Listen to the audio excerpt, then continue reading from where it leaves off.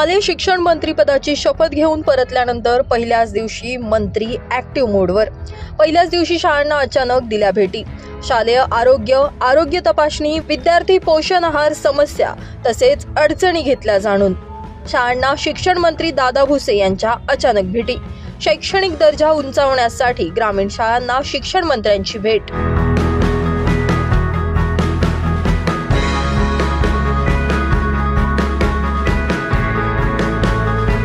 अचानक शाळांना भेटी देण्याचं भुसे यांनी केलं होतं सूतोवाच।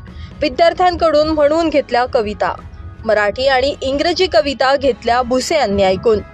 विद्यार्थी शिक्षकांच्या समस्या यावेळी घेतल्या जाणून।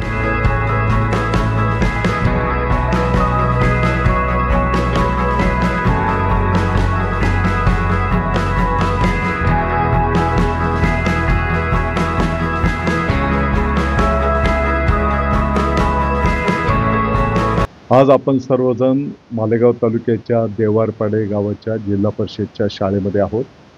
चौथीचे विद्यार्थी-विद्यार्थिनी आहेत। माननीय मुख्याध्यापिका मॅडम आहेत। आपण बघितलं असेल की काही विद्यार्थ्यांकडनं आपण वाचन करून घेतलंय। त्यात चांगलं वाचन आपल्या विद्यार्थ्यांनी या ठिकाणी केलेलं आहे। मी सर्व विषयांची माहिती घेतली।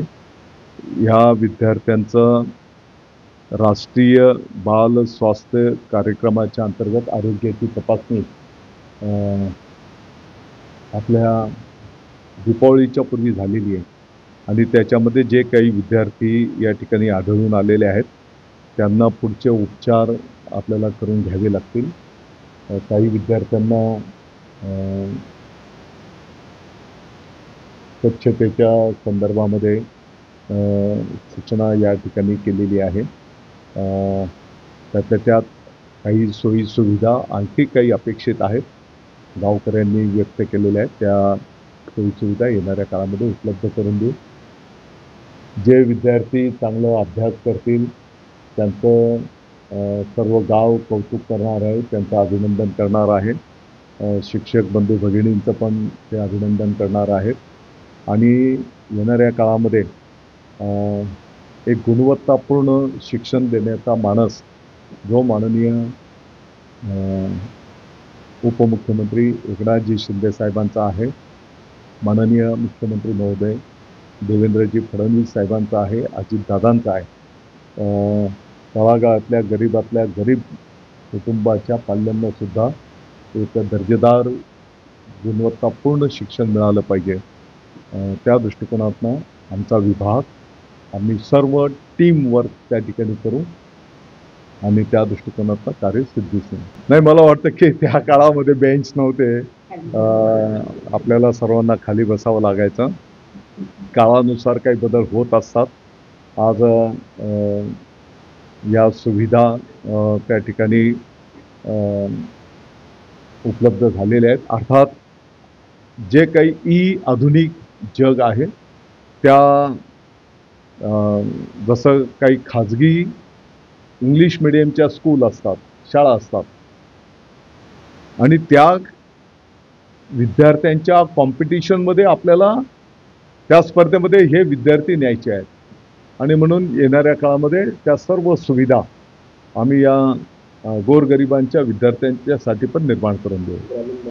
मला वाटतं की आपल्याला या विषयावर खूप भाषणबाजी करण्याच्यापेक्षा कृती करावी लागणार आहे। मी आपल्याला आश्वस्त करू इच्छितो, येणाऱ्या वर्षभरामध्ये आमचा संपूर्ण विभाग मेहनत करेल, वेगवेगळ्या प्लॅटफॉर्मवर पातळ्यांवर कार्य करेल।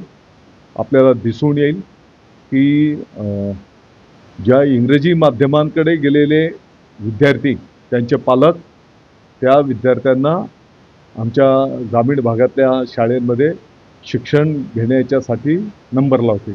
मला वाटतं की यापूर्वी पण आपण जर बघितलं तर बऱ्यापैकी हा संपूर्ण कॅम्पस गावाच्या सहकार्याने आमचं समिती आहे, सर्व शिक्षक बंधू भगिनी आहेत। मागच्या काही वर्षांच्यापासून हे मिशन मालेगाव तालुक्यात तर प्रगतीपथावर आहेच, परंतु जेव्हा आता राज्याची जबाबदारी उपमुख्यमंत्री महोदय, मुख्यमंत्री महोदयांनी आपल्या मालेगावर दिलेली आहे. तर मी बोलतो की पहिले आपलं घर आपल्याला चांगलं करावं लागेल आणि मग आपलं घर चांगलं राहिलं तर मग दुसऱ्यांना मी सांगू शकेल का नाही.